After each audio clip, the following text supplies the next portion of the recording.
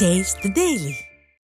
கிருஷ்ணகிரி மாவட்டம் ஊத்தங்கரை ஒருங்கிணைந்த குழந்தைகள் வளர்ச்சித் திட்ட அலுவலக பாதிப்புகள் குறித்து தெரிவிக்காத அதிகாரியிடம் அதிமுக சட்டமன்ற உறுப்பினர் தமிழ்ச்செல்வம் சரமாரியாக கேள்வி எழுப்பினர். கடந்த 1ஆம் தேதி பெய்த கனமழையின் போது அலுவலகத்திற்குள் புகுந்த மழைநீர் 3 அடி உயரத்திற்கு தேங்கியதால் ஆவணங்கள் மற்றும் சீருடைகள் நனைந்து வீணாகின. தகவலறிந்த அதிமுக சட்டமன்ற உறுப்பினர் தமிழ்ச்செல்வம் நேரில் பார்வையிட்டு ஆய்வு செய்தார். பின்னர் பாதிப்புகள் குறித்து ஏன் தெரிவிக்கவில்லை என்று திட்ட கண்காணிப்பாளரிடம் கேள்வி எழுப்பினார்.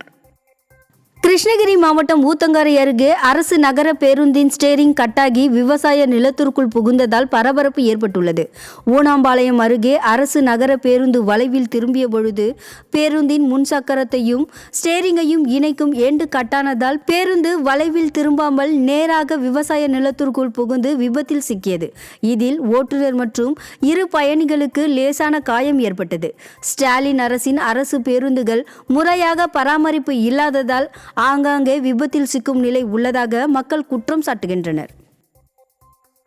மதுரையில் பெண் துணை வட்டாட்சியர் வீட்டில் நடைபெற்ற லஞ்ச ஒழிப்புத்துறை சோதனையில் முக்கிய ஆவணங்கள் சிக்கியுள்ளனர். நிதி மோசடி செய்த பிளசியோ அக்ரோ லிமிடெட் என்ற நிறுவனத்தின் சொத்துக்களை ஏலம் விட மாவட்ட வருவாய் அலுவலருக்கு நீதிமன்றம் உத்தரவிட்ட நிலையில் மாவட்ட வருவாய் அலுவலக தலைமை அலுவலராக இருந்தவரும் தற்போது தேர்தல் பிரிவு துணை வட்டாட்சியராக இருப்பவருமான தண்டபாணி ஏலம் விடுவதை தாமதப்படுத்த 1,60,000 ரூபாய் லஞ்சம் பெற்றுள்ளதாக வழக்கு பதிவு செய்யப்பட்டு தண்டபாணி வீட்டில் லஞ்ச ஒழிப்புத்துறையினர் சோதனை நடத்தப்பட்டது. ஸ்டாலின் ஆட்சியில் அரசு அதிகாரிகள் லஞ்சத்தில் திளைப்பதாக மக்கள் குற்றம் சாட்டுகின்றனர். சிவகங்கை மாவட்டத்தில் வனவிலங்குகள் மற்றும் காட்டு பன்றிகளால் விவசாயம் பாதிக்கப்படுவதாக விவசாயிகள் குற்றம் சாட்டினர்.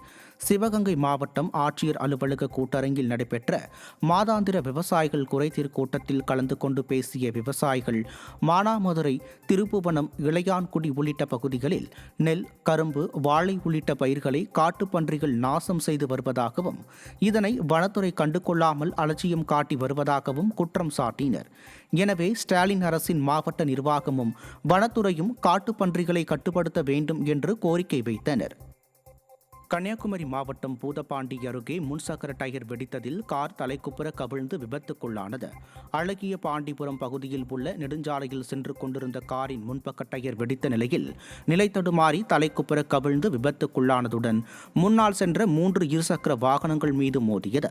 அதில் ஒருவர் காயமடைந்தார். அதிர்ஷ்டவசமாக காரில் இருந்த 6 பேரும் உயிர் தப்பினர். மைனாரிட்டி பாஜக ஆட்சியில் தேசிய நெடுஞ்சாலைகள் உரிய பராமரிப்பு இன்றி குண்டும் குழியுமாக இருப்பதால் அடிக்கடி இதுபோன்ற விபத்துக்கள் ஏற்படுவதாக குற்றச்சாட்டு எழுந்துள்ளது. ராணிப்பேட்டை மாவட்டம் பூட்டுத்தாக்கில் தேசிய நெடுஞ்சாலையில் மழைநீர் தேங்கியதால் போக்குவரத்திற்கு பாதிப்பு ஏற்பட்டுள்ளது. சென்னை பெங்களூர் தேசிய நெடுஞ்சாலையில் மேம்பாலம் அமைக்கும் பணி நடைபெற்று வருவதால் நாராயணபுரம், மேலக்குப்பம் போன்ற பகுதி மலைகளில் இருந்து வரும் மழைநீர் பாலாற்றுக்கு செல்ல முடியாத நிலை ஏற்பட்டு தேசிய நெடுஞ்சாலையில் தேங்கி நிற்கிறது. இதனால் வாகனங்கள் ஊர்ந்து செல்வதால் சிரமமடையும் வாகன ஓட்டிகள் உடனடியாக கால்வாய் வெட்டி தேங்கியுள்ள நீரை பாலாற்றில் சேர்க்க நடவடிக்கை எடுக்குமாறு கோரிக்கை விடுத்துள்ளனர்.